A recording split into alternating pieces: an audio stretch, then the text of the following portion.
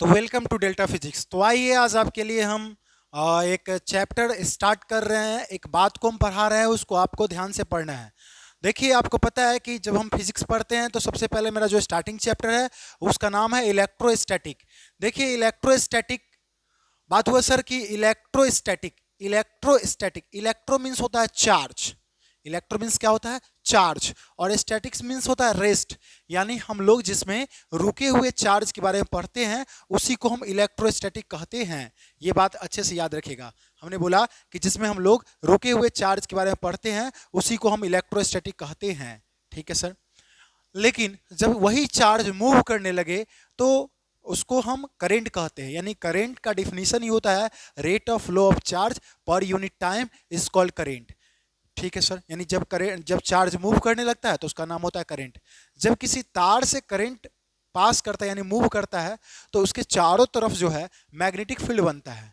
तो देखिए, एकदम ग्रेजुअली यानी एक सिस्टम से चैप्टर को बनाया गया है। सबसे पहले आपको जो है रुके हुए चार्ज के बारे में पढ़ना है। यानी इलेक्ट्रोस्टैटिक में हम लोग रुके हुए चार्ज के बारे में पढ़ेंगे।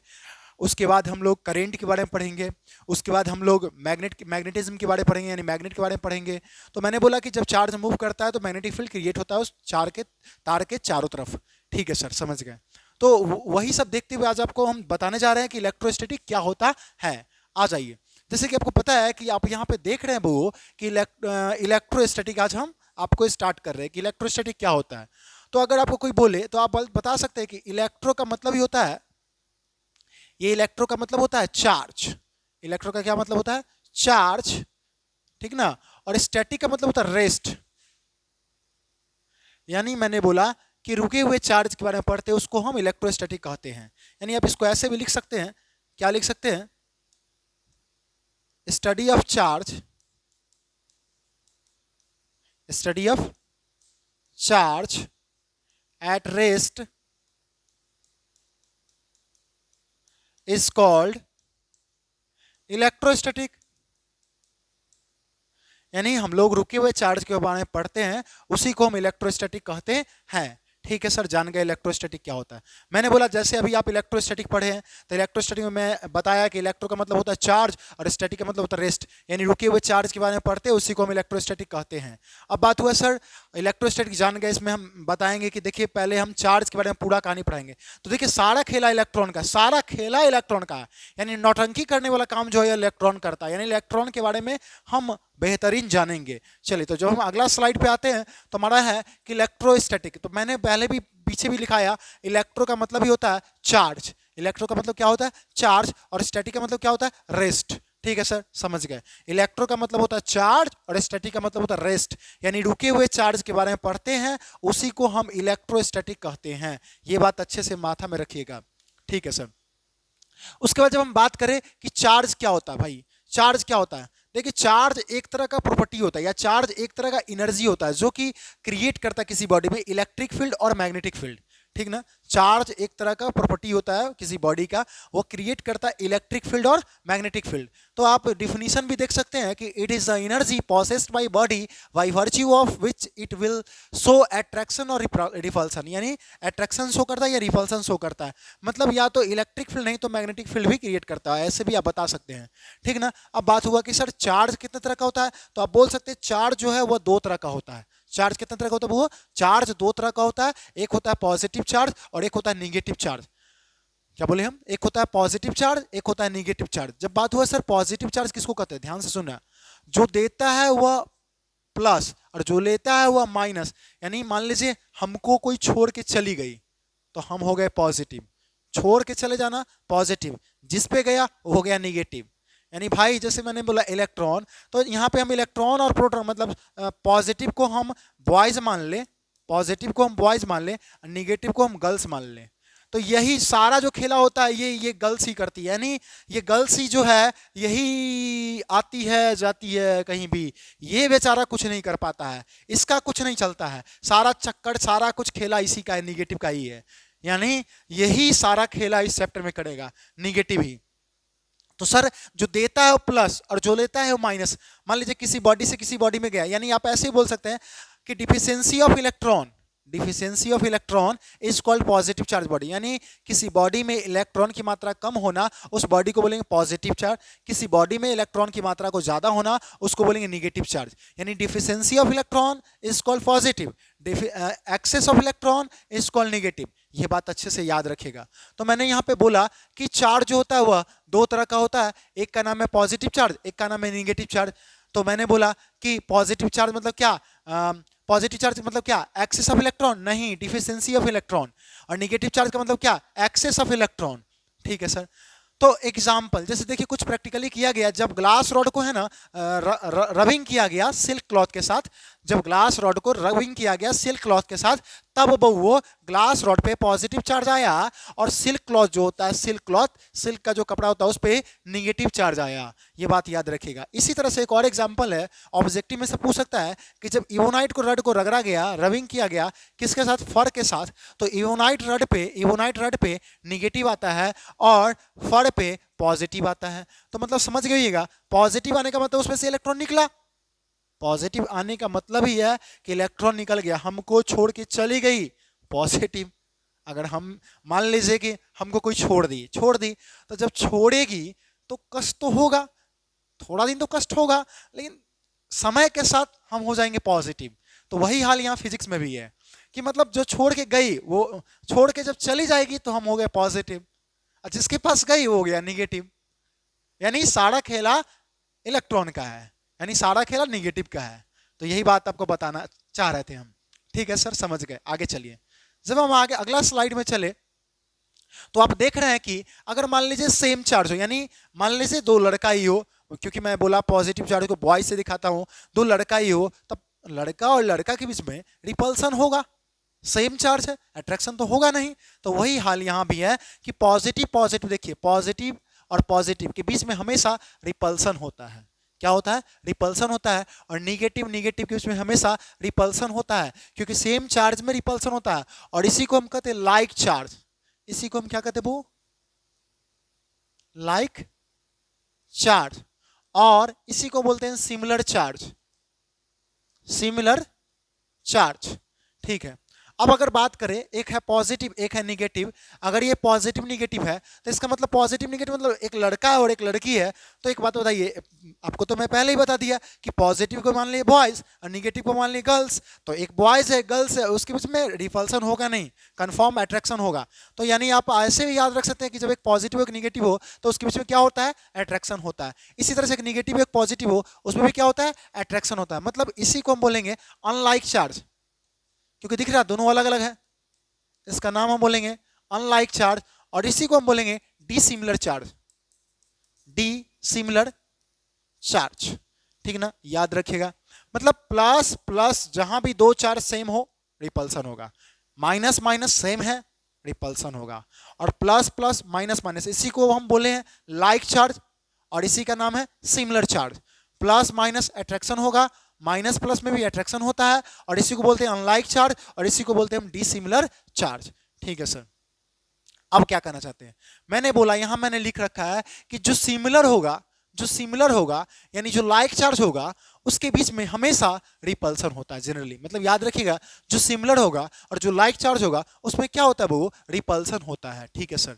और फिर मैंने लिखा जो सिमिलर नहीं होगा या जो अनलाइक चार्ज होगा उसके बीच में हमेशा अट्रैक्शन होता है। ये बात भी याद रखिएगा, यानी जो सिमिलर होगा उस जो सिमिलर है और या लाइक चार्ज है उसके बीच में रिपल्सन होता है, और जो नहीं सिमिलर है या अनलाइक चार्ज है उसके बीच में अट्रैक्शन होता है। ये बात को याद रखिएगा।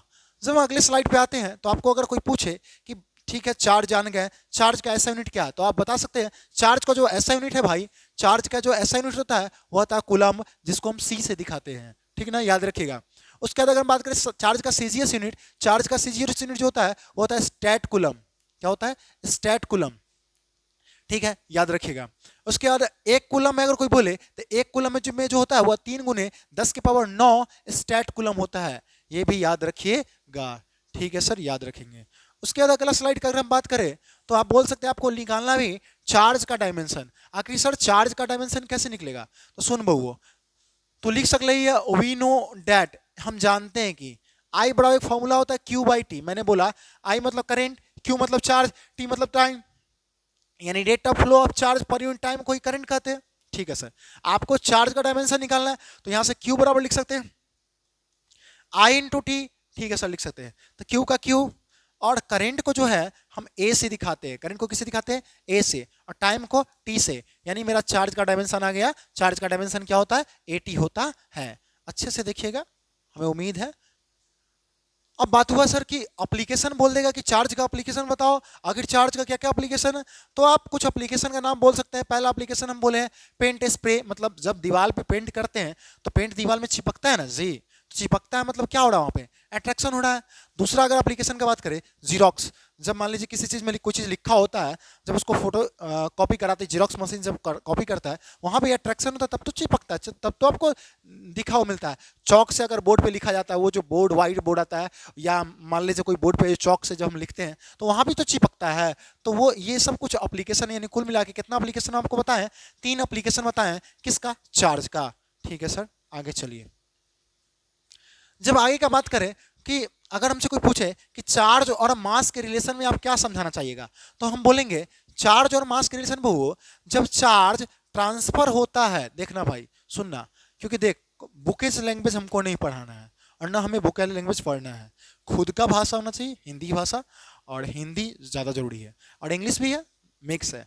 यानी जब चार्ज ट्रांसफर होता है तो याद रखिएगा मास भी ट्रांसफर होता है। जब चार्ज ट्रांसफर होता है तो मास भी ट्रांसफर होता है। ठीक है सर, उसके बाद समझ गए, आगे आ जाइए। अगर हम बात करें कुछ बात का कि अगर हमको कोई बोलेगा कि मतलब चार्ज जो होता है इलेक्ट्रॉन का वो कितना होता है, तो आप बोल सकते हैं वो होता है 1.6 इंटू 10⁻⁻19 कूलम। इसी तरह से अगर आपको कोई बोले कि प्रोटॉन का चार्ज क्या होता है, तो बोलेगा प्लस 1.6 इंटू 10⁻⁻19 कूलम। फिर अगर बोले कि प्रोटॉन का मास क्या होता है, तो बोलिएगा 1.67 इंटू 10⁻⁻27 kg।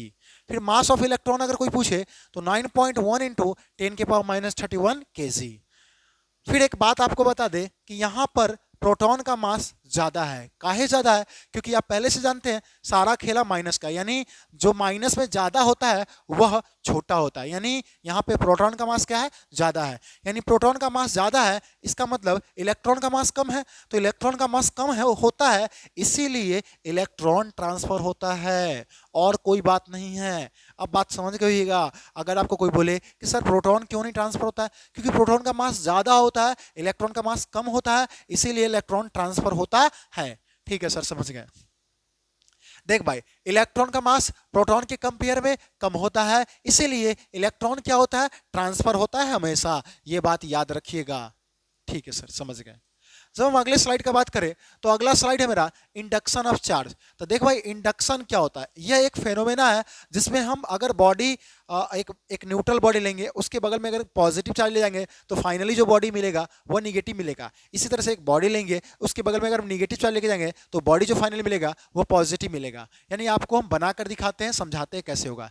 जैसे अगर हम बात करें कि यह घटना होता है, फेनोमेना होता है जिसमें इंड्यूसिंग होगा क्या, अपोजिट चार्ज किस पे, एक न्यूट्रल बॉडी पे, जब चार्ज बॉडी को लाया जाएगा उसके नजदीक में। चलो, तो पहला केस है charging by induction of positive charge, यानी आपको पॉजिटिव चार्ज के केस में पढ़ना है। जैसे मान लो एक बॉडी है, ठीक है सर, बॉडी है, बॉडी है, इसके बगल में अभी हम निगेटिव चार्ज लेके आए, ठीक।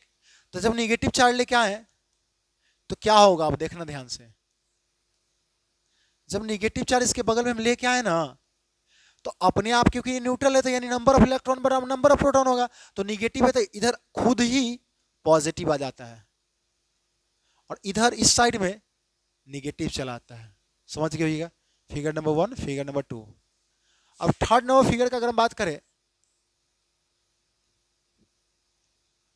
देखना भाई, तो जस का तस, ये निगेटिव बोले हम। अब इधर वाला पार्ट निगेटिव वाला को अगर हम अर्थिंग कर दे, निगेटिव वाला क्या कर दे हम, अर्थिंग, तो जो बॉडी मेरा फाइनली बच जाएगा वो बॉडी, इसको, इस बॉडी को हटा दे तो जो बॉडी बच गया वो कैसा बॉडी बन गया, पॉजिटिव चार्ज बॉडी। मतलब देखो भाई, लाए निगेटिव बना लिए पॉजिटिव, इसी को बोलते हैं charging by induction of positive charge. दूसरा अगर बात करें charging by induction of negative charge, तो निगेटिव चार्ज मतलब कर रहा है इसमें पॉजिटिव का है, इसलिए निगेटिव लाए हैं, और यहाँ निगेटिव कर रहा है इसका मतलब इसे पॉजिटिव लेके जाएंगे। बॉडी है, बॉडी है, यहाँ पे एक पॉजिटिव चार्ज लेके आई, डायरेक्ट हम यहाँ पे बना देते हैं। पॉजिटिव अगर लेके आ रहे हैं तो खुद का खुद इधर कौन आ जाएगा, निगेटिव आ जाएगा, और इधर कौन चल जाएगा, पॉजिटिव चल जाएगा। अगर हम दूसरा फिगर में देखें तो क्या होगा, अब क्या होगा,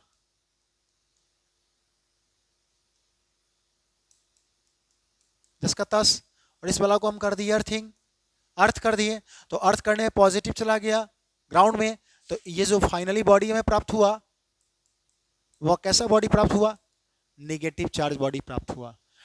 यानी कुल मिला के ये मेरा टॉपिक था, charging by induction of negative charge. हमने नेगेटिव चार्ज बना लिया, नेगेटिव बनाने के लिए हम बॉडी को कैसा लाए थे, पॉजिटिव लेके आए थे। ठीक है सर, उसके बाद क्या है, अगला है कि प्रॉपर्टीज ऑफ इलेक्ट्रिक चार्ज। अब हमसे कोई पूछेगा कि चार्ज का भाई क्या क्या प्रॉपर्टी है जरा बताओ, तो देख भाई चार्ज का कुछ प्रॉपर्टी है। पहला प्रॉपर्टी आपके सामने दिख रहा है, एडिटिविटी ऑफ चार्ज, यानी चार्ज को हम ऐड कर सकते हैं अलजेब्रिकली। जैसे मान लीजिए एग्जाम्पल के लिए, मान लीजिए अलजेब्रिकली मतलब बोले तो मान लीजिए यहाँ पे 2Q चार्ज है, 3Q चार्ज है, 6Q चार्ज है, ऐसा कुछ है।